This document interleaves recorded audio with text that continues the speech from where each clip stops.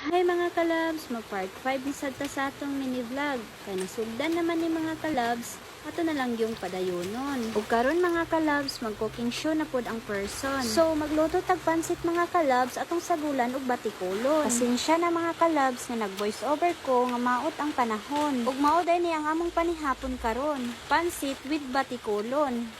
Samtang nagutad-gutad ko ani mga kalabs, nakadumdum din ko sa unang panahon. Panahon sa mga hapon. Charot, itaw mga kalabs, nakadumdum din ko sa una. Katong mga bata pa mi mga kalabs. Makadumdum jud dayon ko basta kay batikulo na ang sudan. Kay sa una mga kalabs, daghan kay migmanok Bisaya. Nya magluto akong mama sa una mga kalabs. Ug tingkaon na gani mga kalabs, dili gid ni pa kanon og batikulon. Samot na nga babayi ni. Sulti pa sa kong mama mga kalabs. Mao diay nga dili pa kanon og batikulon sa bata pa mi. Kay gahi daw mga anak mga kalabs. Ambot ba og tinuod ba?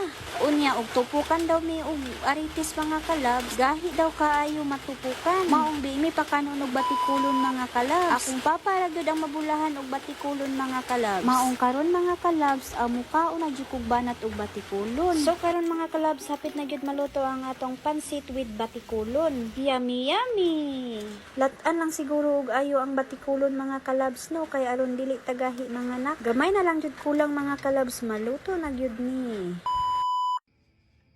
Og karon mga kalabs, naluto na gyud ang among panihapon. So manghugas sa tagplato ani. Og sakto kayo kay naguli among daddy. Og mabibo na sabmi, apil lang yero perting ngisi. Tiwason sa nako panghugas ni mga kalabs kay aron makakaon na sabmi. Mga kalabs, sinani din kinabuhi sa usa ka asawa, himuon ra kang yaya. Samot na og ubay-ubay na mo sa inyong pamilya.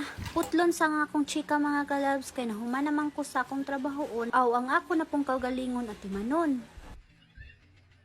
Og karon mga kalabs, mga unata. Pansit, unya ang luto, mais, sama sa inyong relasyon nga tamis.